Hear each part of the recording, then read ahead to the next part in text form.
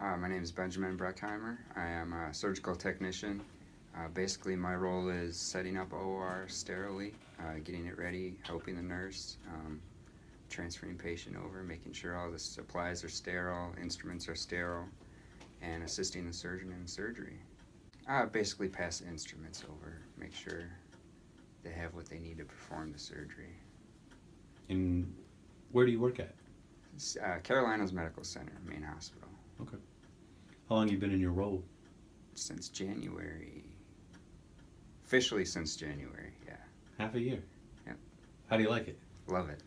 Where were you before CHS? Before CHS, I was actually in Punta Gorda, Florida, working part-time as a surgical technician down there. But what brought me here was a certain doctor that I have a storied history with, Dr. Joseph Shu. I know him personally from our days in the military, and personally in regards to being a patient of his, and now I get to work alongside him again here. We were deployed to Baghdad 2005 to 2006 at Ibn Sina Hospital. He was there for 6 months, I was there for a year. He came halfway through my deployment, and we worked alongside each other, and just seeing the work he performed on the soldiers, the genuine care he had for them, just doing everything to make sure they kept their life, limb, eyesight, was fantastic. I actually changed my job after Iraq to cavalry scout, so doing recon, surveillance, kicking down doors, making stuff go boom. And unfortunately, I happened to be a part of being the boom. I suffered a concussion, perforated eardrum, L5-S1 vertebrae fractures, right pelvic fracture, both femurs fractured, and my lower right leg was hanging by a strip of skin, unfortunately. But 4 years of limb salvage program. Dr. Shu was my primary care physician. I knew I was in great hands, and I get kind of emotional because of everything he's done for me, but I was, working alongside of him and being on his OR table. It was a no-brainer to come here and work with him again. Just like I said, going back to that love for his patients and everything he does was, I knew I was in great hands. My family knew. They're happy I work here. I'm happy I work here. So got wounded in 2009, so it was 3 years after we met. Well, 3.5 years. I knew he was still in San Antonio, Texas. It was where I was shipped to when I got stateside. I didn't know I was going to be his patient, so that was kind of a shock, but it was awesome, if I could put it into one word. So you went to Florida and stayed in touch with Dr. Shu? I sure did, yeah. And he recruited you back here? He did, yeah. It was easy choice, huh? Very, very easy, and part of it was kind of, I wanted to help him out a little bit, in my own little way, pay it back to him, saying thank you for everything. And so what did he do to put you back together? He actually did a limb salvage on my lower right extremity. Exactly what all that limb salvage was basically choice between saving my leg or amputating, and he knew mentally I probably wouldn't have been ready for it because of personal reasons. My wife divorced me at the same time. I happened to get wounded in Afghanistan, so it was, when it rains it storms. He decided for me, and I'm glad he did, to do everything we could to save my leg, and it took 4 years. It was 4 years of, blood, sweat, and tears, but it was worth it. I still am able to walk around and work again, so maybe he did it for himself, I don't know. I'm just kidding. Right. Not at all. The only real issue I have, and it's not even an issue, is fused ankle and occasional swelling. I mean, when it first happened, for the first few years, I had pain, but I think I just am used to suffering a little bit. What's it like working next to him? Great, like old times.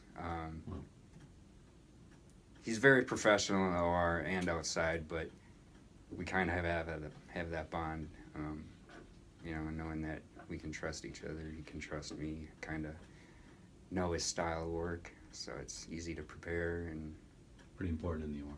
very, yeah. When I first got back from Afghanistan, being wounded and having to deal with physical issues with my leg, and then on top of the divorce, I kind of went into a downward spiral, as I think most people would. It's kind of deep, but the whole suicidal thoughts and everything, I actually had a plan to commit suicide, and thankfully, people around me saw that, directed me to the right direction, I guess.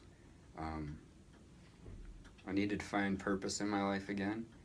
I knew I was getting out of the military, didn't know, I was used to having a mission. I did that since I was 18. I needed to find a challenge, per se. So I took a leap of faith and decided to get into mountaineering, to do the 7 summits. And this past May, I was the 3rd Purple Heart recipient to summit Mount Everest. You have to want it to succeed, especially doing something like that.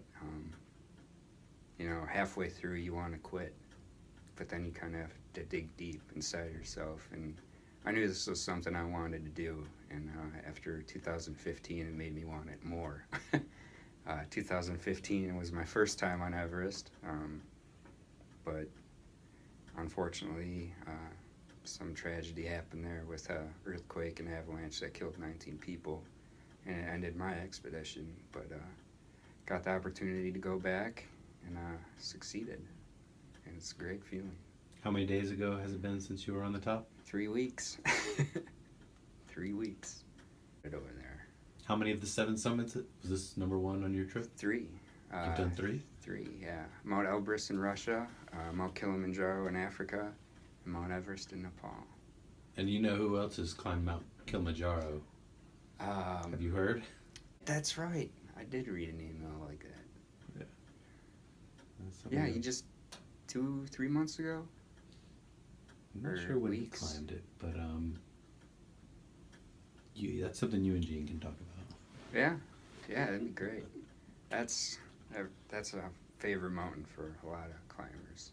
I want to say that I'm happy to be here. I think it's very important for our teammates to understand that the work they do it means a lot, and I'd like to think my story proves it. I could be at home with one leg, not doing much of anything, but instead I'm working with Dr. Shu again, trying to help the patients, that I know because I've been in their position. So it's almost like a bond, when they come into the room, I chat them up a little bit when we're doing surgery that I know that has been done on me. It's You've walked a mile in their shoes. yeah, it's a good feeling, reassuring. Make sure that they know that it might hurt for a little bit, but stick through it. In good hands. Yeah, it's good to be here. I do a lot of mentoring and volunteer work for a veteran company called American 300, and what we do is we have mentors that are mountain climbers, Olympic gold medalists, football players, cowboys, cowgirls, rodeo people, and we go out to various bases in the States and across the globe, talk to soldiers, stories of resiliency. And I think that everybody needs to be resilient at times. The ability to bounce back up and succeed. That's noble work. Took a few years to have that switch in my head get flipped, but yeah, once you get that switch, it's good. Yeah. Even getting chills just being with someone who's climbed Mount Everest, so. It's only one of 5,000 people. Anything else you'd like to share? Thank you. Thank you for having me. It's good work we do here. I think, it's easy to get frustrated here. I can see it.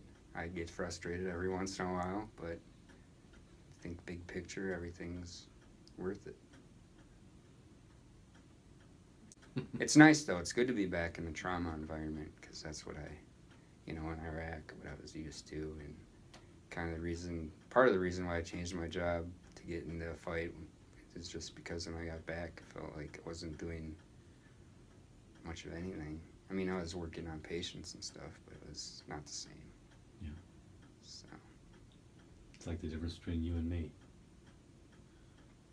I'm the people who support the people who deliver the patient care. Hey. You deliver the patient care. Can't do one job without the other. That's the truth.